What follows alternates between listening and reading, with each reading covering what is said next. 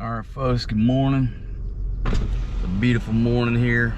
I'm at the Santa Rosa westbound rest stop in Florida, right off of I-10 westbound. And had a good night's rest. I didn't sleep, to be honest. Man, look at that sun coming up, beautiful. I didn't do any sleeping. You know, anytime you change your environment up, go from sleeping in a bed to sleeping on the floor, sleeping in a car, it takes a minute to get adjusted. So I didn't really sleep too much, but I did get a good night's rest. And, you know, like I said earlier, if you're riding down the road and you're sleepy, it's the same as being drunk, really. So, you know, I don't fuck around. The minute I get sleepy, what have you, I'll pull over, hit a rest area, hit a truck stop, and get some rest, get some sleep. And I don't know if you'll be able to see it, but they've got a Blue Angels aircraft on this big thing coming over the road here. I don't know if you'll be able to see it out of the sunroof.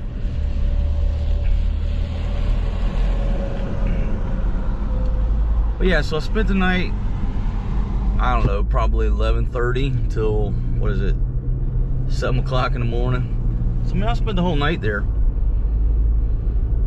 Got up this morning, brushed my teeth, hit one of those, you know, if it's a busy time, I'm not an asshole and take up the space, but it's a big rest area. Continue straight. It's a big rest area early in the morning, not a lot of people there, so I just camped out in one of those family restrooms, locked the door, basically took me a shower, got all freshened up, and now it's a totally different experience car camping versus, you know, not freshening up and just trying to rush through to your next location.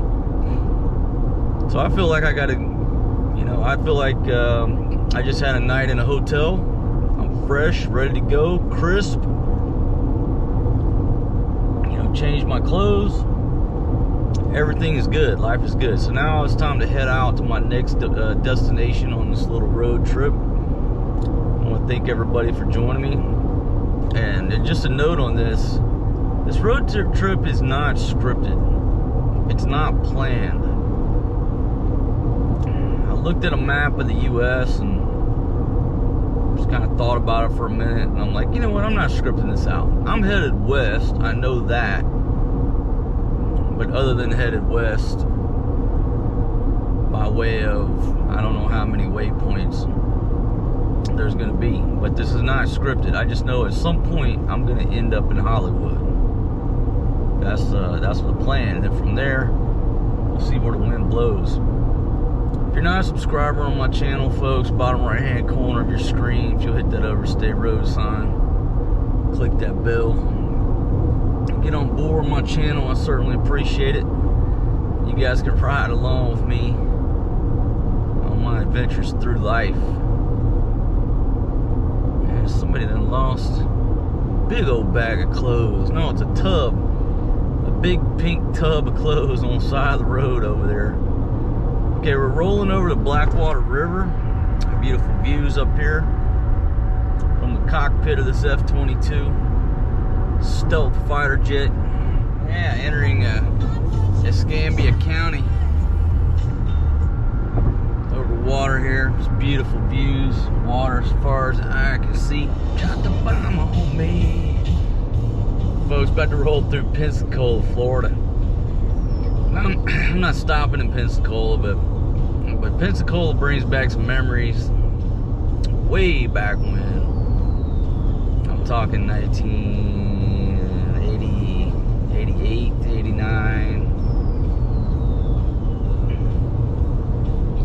Involving my girlfriend at the time, which eventually was my first wife.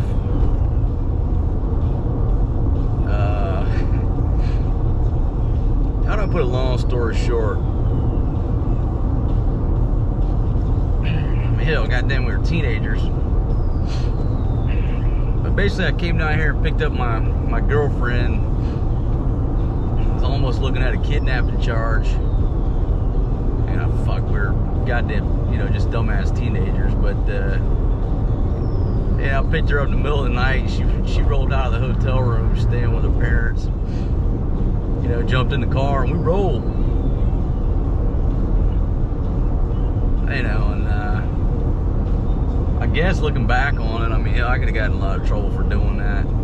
You know, different times. I think nowadays you could get in a lot of trouble for it, but you know, back then it was different times, just kids being kids, you know. But she literally walked out of the hotel room in the middle of the night, jumped in the car, and me and her rolled out strong, folks. You know, and eventually married that old girl.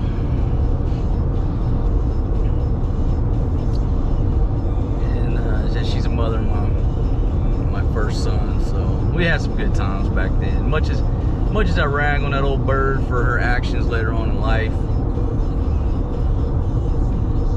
no matter what relationship, you know, you're in, if it's going sour or you had a relationship that went sour, well, the reason you're in the fucking relationship, because at the beginning and maybe through the middle, you had some good times together, and then the shit went wrong at the end. There's a lot of animosity, a lot of resentment for whatever reasons, you know. But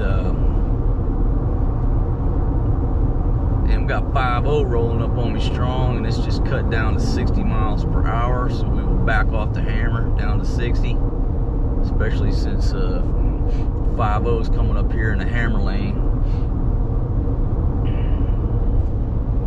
Still continuing I-10 westbound. That's Escambia County Sheriff's Office. Basically drove all night from Atlanta down here, scoop her up, took off.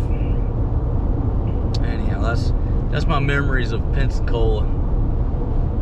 Back when I was a teenager with my first wife. But no need to stop in Pensacola, folks. Just leave the memories like they are. Trucking I-10 westbound, leaving the state of Florida, crossing over into the Alabama state line, back in LA, lower Alabama. Shit, damn lawnmower in the middle of the damn road, dude, on a 0 turn.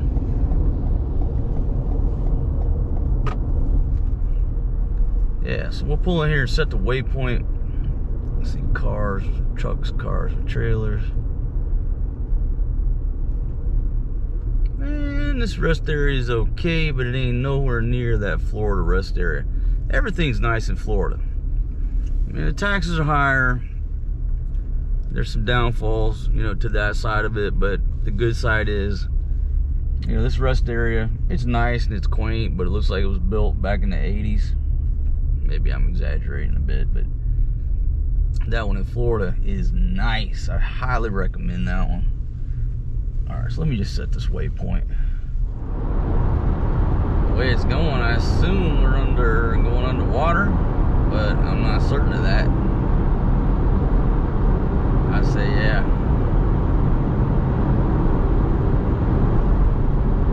Under this little tube here. Like being a fucking submarine. Proceed to the route. Now, this damn voice on here don't quit telling me what to do. I'm about to get rid of it. Turn right onto Good Hope Street, then turn left onto Amber Drive. Shut up, girl. God damn, the one I picked, they ain't got no gas in it. Come over here to one on the outside. Turn right onto Good Hope Street, then turn left onto Amber Drive. Shut the hell up. It's artificial intelligence should know that I pulled into a fucking gas station. That means shut the hell up for a minute. God damn. Alright, to the left side of the aircraft, got the Beau Rivage. Down here on the Mississippi Gulf Coast. I may check out the Beau Rivage. It's going to be a toss-up as to whether or not I spend some time down here. And it's about whether or not I gotta wear a fucking mask while I'm sitting there playing blackjack. If I gotta wear a mask while I'm playing blackjack, trying to drink my Jack and Coke, that just doesn't sound too appealing. You know, I mean, at what point are you gonna get yelled at if you take too long while you're taking a couple sips out of your Jack and Coke? All right, folks, I want to welcome everybody to Biloxi, Mississippi. And again, I'm right here next to the Hard Rock Cafe. Behind me is a sign. I don't know if you can see it over there. There you go. Clearly indicates we're in Biloxi. You got the Hard Rock over there overlooking this here marina. And since I've been sitting in the car for a few hours, I figured I'd just take you on a little walking tour over here. Yeah, so far on this little tour of America, I've been to Chicago, walking around up there.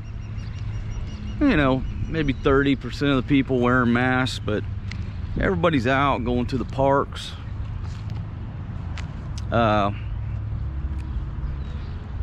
You know, it's stupid as fuck. When you walk into a restaurant up there, you had to have a mask on, but then you sit down, you don't have to have a mask. And then to walk out of the motherfucker, you got to put a mask on. But Chicago wasn't too bad. Come down to Atlanta, Georgia. Folks, Atlanta, you know, Georgia is open. It's the most normal place you could go to. Well, that in Tennessee. You know, only the waiters, the waitresses, the wait staff at a restaurant are wearing masks. Other than that, you know, you're free. Florida, same way. If you caught the previous video down at Panama City Beach, Destin, folks, it's packed out down there. Everybody's on vacation, having a great time. No fucking distancing from the tables. People at the beach. It's just wonderful. Now I'm here in Mississippi, and I don't see people wearing masks, but from what I've read online, there's like in the casino, supposedly, from what I've read, you have to wear a mask if you're sitting at a table. And I'm not real cool with that. There's some nice boats here. That's a fire boat. And it looks like a police boat. Yeah, Biloxi Fire Department.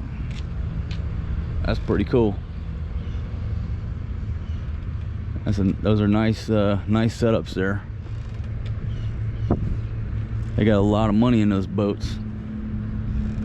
I'll walk by and give you a closer look.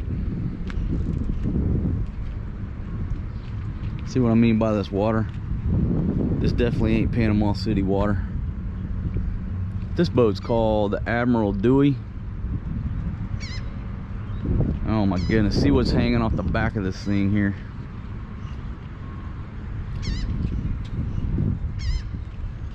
That is pretty cool right there. We got three Mercs hanging off the back. What are those, 300s? Hold on, let me give you a look. If you know anything about boats. All right, so those are 350 Mercs. Got triples on the back. That's one fast ass boat right there, I can assure you. And the fireboat over there has got twin Yamaha 300s. Those are some pretty cool pieces of gear. In this area right here, you know, it's got a couple boat ramps. So there's probably a dozen fishermen out for the day. Got their boats launched. And there's another search and rescue boat. Looks like it's got twin Hondas on the back.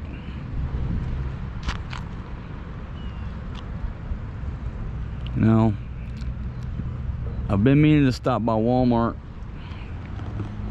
and get me a couple fishing poles. I actually went by Walmart, but they didn't have those Zebco 33s. So I wanted to buy the same one because they're just compact. They collapse down. I can put them in my bag. So I'll find a couple of those. Nice warm weather down here in Biloxi. So I guess my plan of action is to pull in there and ask them at the Hard Rock if I got to wear a mask sitting at the table. That's going to determine whether or not I'm staying here. That's a pretty cool old sailboat right there. Here's a nice little walk around. This boat here is sort of like, well, these walk-arounds, that's like the one muff diver I used to have down in Florida. Down in Miami. Well, I kept it at a Haulover Park, where the nude beach is. On the backside's Haulover Marina. That's where I kept her.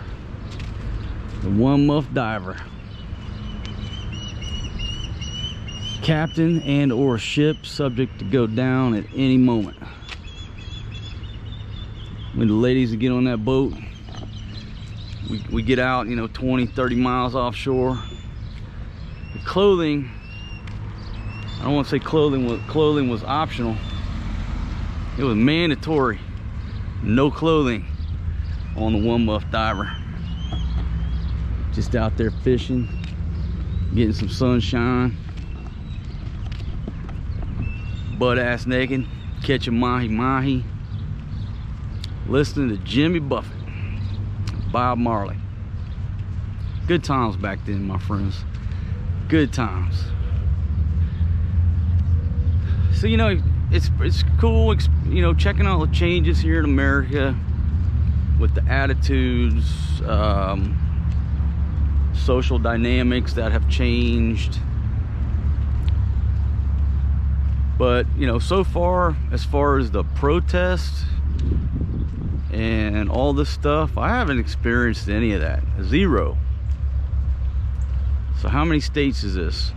Illinois, Georgia, Tennessee, Florida, Alabama, Mississippi. 6 states. 6 states, and you know, ain't nobody made me feel like I'm any different than anybody else. I haven't experienced any of that. You know, I thought there was going to be, like, you know, different attitudes when it comes to you know, racial inequality and stuff like that. I haven't experienced any of that. It's just the way it is. I've been around white folks, black folks, Hispanic folks, Asian folks. I haven't experienced anything negative like the news is portraying. It's like almost you have to pick a certain downtown area on a certain day and maybe go there, and then you'll see some of this shit. Or go to Seattle at that fucking stupid ass zone they got up there, killing each other. And of course, what would any place in the South be without a Waffle House? And that's like a really nice Waffle House there. It's brick, sort of up on stilts. And there's your Hard Rock on the left. Valet parking is closed, because I don't park the F-22 just anywhere. Alright, my friends, just give you a view from the second or third deck of the parking garage. This is the Hard Rock Cafe, or Hard Rock Hotel and Casino next door. And it's overlooking these shrimping boats, these fishing boats here. Now, I just passed by Bayou La Batterie. That's McElroy's Seafood Restaurant up on the top deck up there. And I'm a little bit early for lunch. I don't know if that's open or not. So I call the Hard Rock Cafe. I keep calling it the cafe. I call the hotel here and just inquired about, you know, what their policies and everything is. And she said they got a room, had one room for like $149, or one was like $129, something in there. So $150 a night roughly.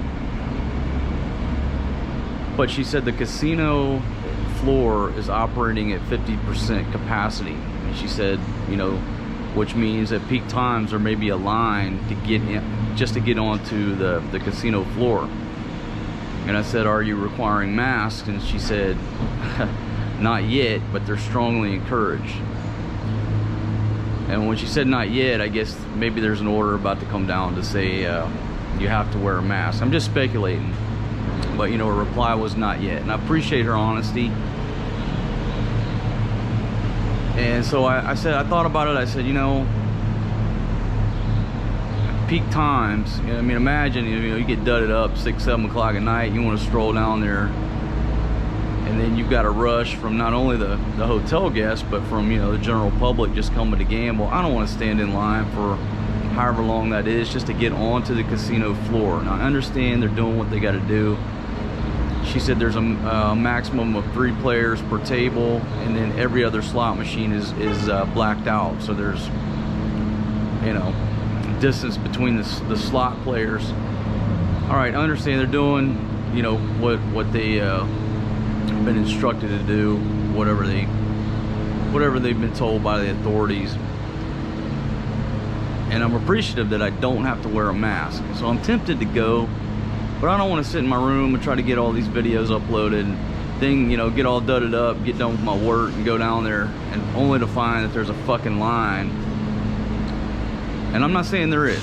I'm just not going to take that risk for 150 bucks a night. If that makes sense. You know, because I like to go down there at night. I like to, you know, hit the tables around 7, 8 o'clock, gamble till the wee hours of the morning, mix and mingle, and that would be peak time. And what I saw yesterday in Florida, folks, people are out in force. And this parking garage is probably 50%, 60% full. And this is the morning time of a Wednesday morning. So if I had to speculate tonight, this parking garage will be full. And if I get a room and I try to roll in there at 7 or 8, I'm going to be waiting in line. And I'm not going to do that. I'm just going to roll on down the road. I'm glad I got to see the view of these boats here. See around Biloxi. But we're going to motor on up the road, my friends. Alright, so it was nice spending an hour or so walking around here in Biloxi. This gentleman over there is cutting grass on a zero-turn Kubota. And that smell of fresh cut green grass is... Now, not that I ever want to cut grass again in my life, but the smell is, you know, familiar. It's wonderful. You know, something that you don't, in Southeast Asia, I don't smell fresh cut green grass a lot. Just don't smell it. So smelling that, you know, just invokes memories, childhood, when I used to cut grass all the time. But I swore once I got rid of my last big property, right turn to merge onto I-110 north toward Mississippi Highway 67. I would never cut grass again, my friends. Come over the Chutsa River, or whatever the hell you say. I'm on I-10. I can't say that. There were so many damn letters on that sign. Chabutsa, Dutsa. If anybody can say that, you can read better than me, because I can't pronounce it. The sign on the side of the road said, correctional facility, emergency stopping only for the next 1.5 miles. That's kind of funny. Well, I had to stop. It's an emergency because my uncle's breaking out of prison. Yeah. Welcome to Louisiana. In Mississippi now. Went through Louisiana for a little bit. I'm in Mississippi now, 59 northbound, near Hattiesburg. So I've been listening to, well, I listen to about 10-15 seconds of it, and then I get rid of it. You know, these politicians, local politicians in these states that I've been in, talking about this bullshit COVID-19. And a couple things. Number one, if you don't want to be programmed by this propaganda that they're putting out, it's real easy. Just do what I do. Change the station, turn it off, put on a playlist. I'm enjoying listening to the radio, but when they start talking that bullshit news, I just get rid of it. But the 10, 15, 20 seconds before I can react, you know, and get something else going. You know, it's just so ridiculous listening to these motherfuckers. You know, talk about, you know, trying to make these mask wearing mandatory, still urging people to stay home. Oh, it's deadly. You know, down here in the South, you know, a lot of these politicians, this is where I'm from, so I'm not casting stones. I got a redneck accent just like they do. And I can pour it on heavy or I can lighten it up because I've lived other places.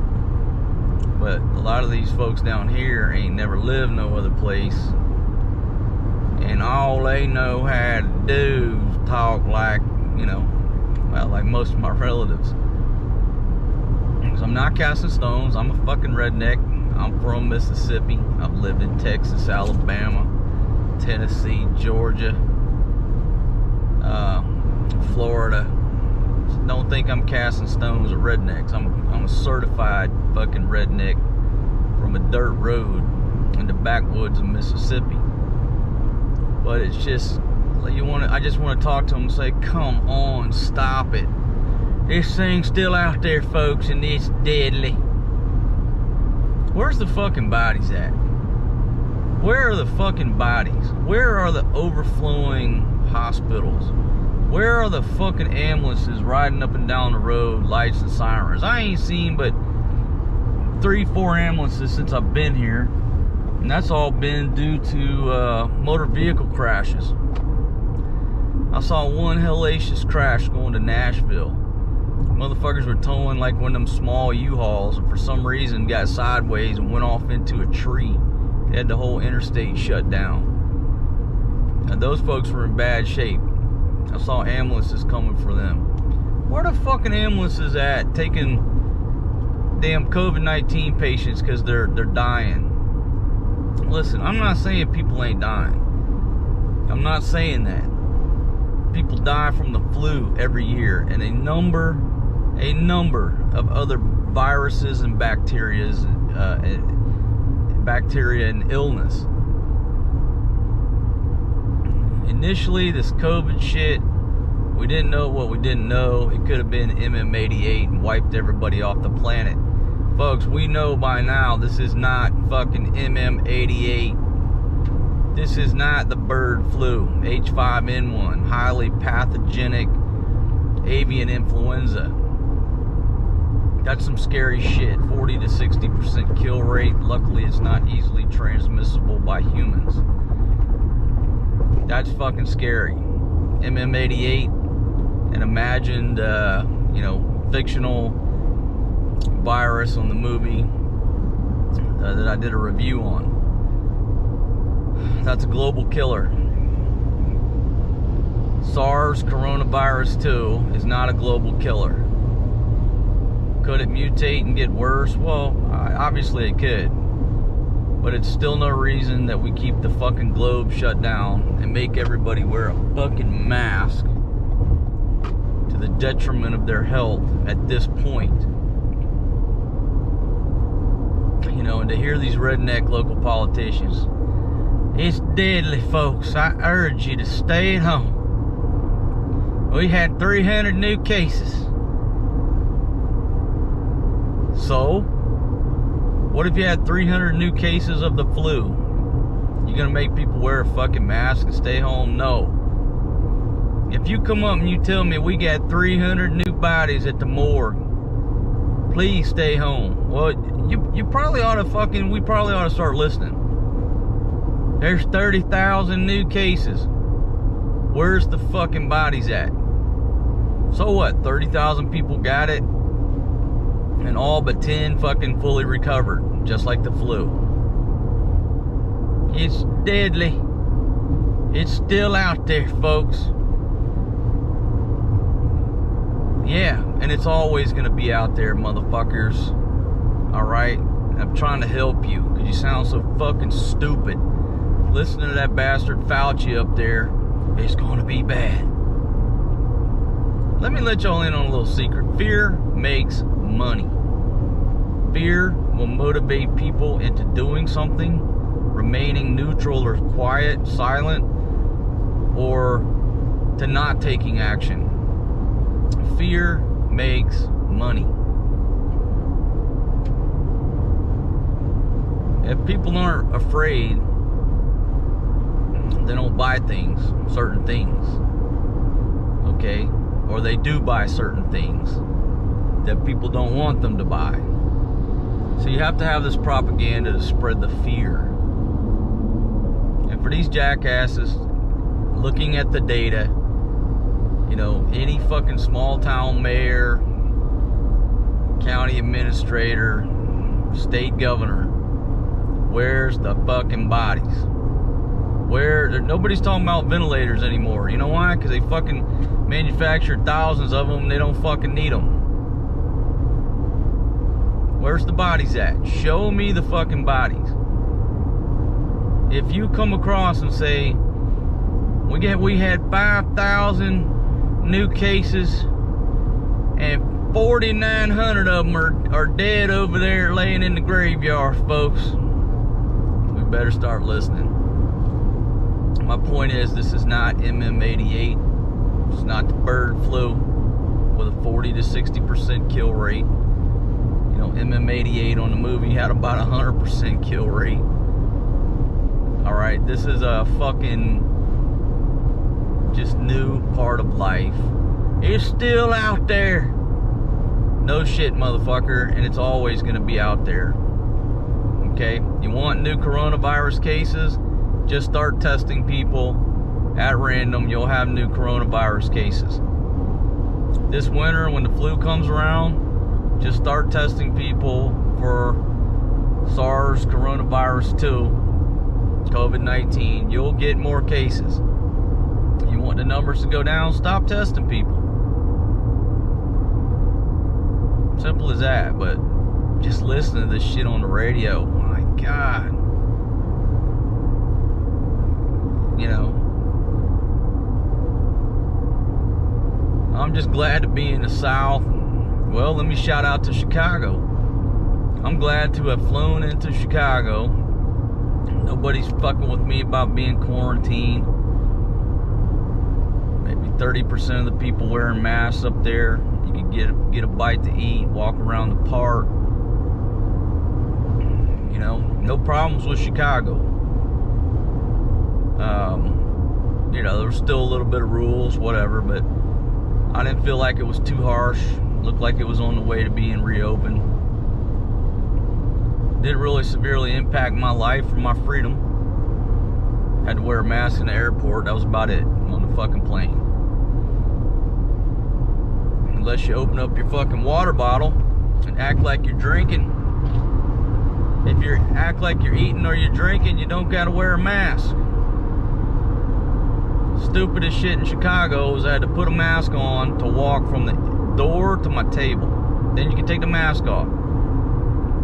Then you want to leave, put the mask on to go back out the door. Then when you get out the door, take it off. I think we've all agree and experienced so much fucking ridiculousness. But to hear my fellow rednecks pouring on that southern twang, talking about it's a killer and it's still out there, we can't let our guards down. Bro, the genie's out of the bottle. It ain't going back into the bottle. It's always going to be out there. Okay? Decades, we can't get a flu vaccine that's more effective than roughly 40%. You think we're going to get a vaccine for this shit? And fucking Bill Gates. I'm going to keep talking about you, stupid motherfucker. You can't make your operating system, Microsoft Windows, recognize a new fucking printer. I can't hook a goddamn printer up in the year 2020 to your piece of shit operating system after decades and decades of you fucking refining it. Do you think I'm gonna fucking listen to you talking about vaccines and virology when you're not a fucking virologist, last time I checked, and you can't make a fucking multi-billion-dollar operating system detect my new fucking inkjet printer from Walmart? Bro, now you're dressing like Mr. Rogers, you're slipping on Mr. Rogers' brand and his look, and you're talking about vaccines and trying to save me. If you want to save me, Bill Gates, send me $10,000 fucking dollars.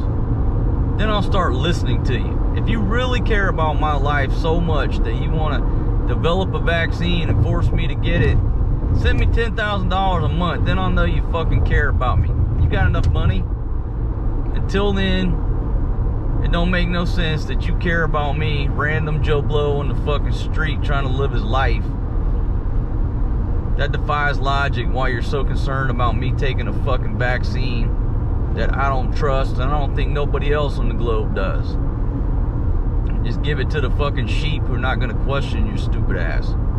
But until you can make Microsoft Windows recognize a fucking printer without having to hire the fucking geek squad, I don't want to hear nothing you got to say, Bill Gates.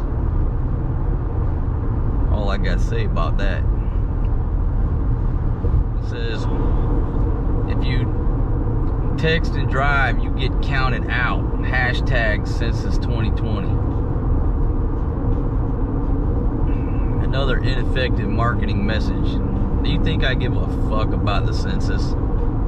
You think I give a fuck about, no, count me, did you count me? One more, me too, okay, count me. You think I give a fuck about the census? So because if I get caught texting, I would get counted out of the census. I don't get it. Because I don't give a fuck about the census. Now, I'm not texting and driving because that's fucking stupid. It hurts somebody. So I understand the message. Yeah, don't text and drive. Good message. But you're trying to be smart about it and a play on words. Text and drive and get counted out of the census? What? Why would I fucking care about the fucking census? People knock on my door talking about the census, I close the fucking door. Get the fuck out of here. You wanna know how many people on the fucking globe? Fucking Google knows that right now. Why you guys send government workers around asking this fucking stupid question when Google's got the exact fucking data?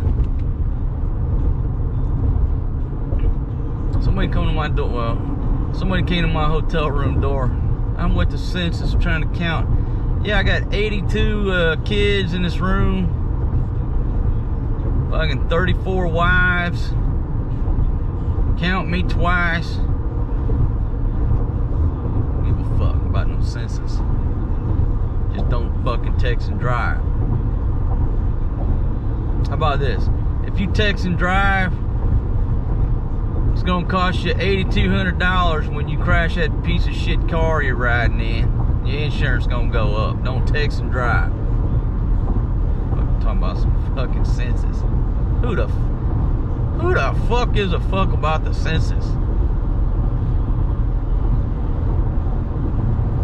My goodness. Fucking census. Northbound on 59. Cutting through the middle of Mississippi, my friends, my home state. I was headed west, but now I'm sort of headed north. Census shit, right? So somebody comes to your door, asks about the census, so I can't participate. Well, why not, sir? Well, I saw a government sign that said if you text and drive, you'll be counted out of the census. And they're probably gonna look at you like, what the fuck is this guy talking about? And I gotta admit, I can't lie to you. I texted one time, riding down the road. I was just replying to my wife and said yes, but I can't lie to you. I texted and drove, so I think he's got me permanently banned from my eligibility and right to be counted in the census 2020. All I can do is ask for forgiveness. Maybe the governor will pardon me on that, give me a full pardon where I can participate in the census. So, you know, folks, I read a sampling of the comments. I can't read all the comments, obviously, it's just too many. But I read this comment some young buck posted on the Chicago video, and it said something like, oh my God, you're in Chicago and you just came from Southeast Asia? I'm never going to Chicago again. You know, talking about I'm fucking spreading the goddamn SARS coronavirus 2 in Chicago because I came from Southeast Asia. Like, here's a news flash for you, dog. Okay, that shit was here way before I got here. It's already here. if you don't want to go to Chicago, you just keep your butt in your little hometown, wherever. Keep your doors closed, wear your mask, put you some gloves on, get you a hand sanitizer, live your life. Leave Chicago for the rest of us.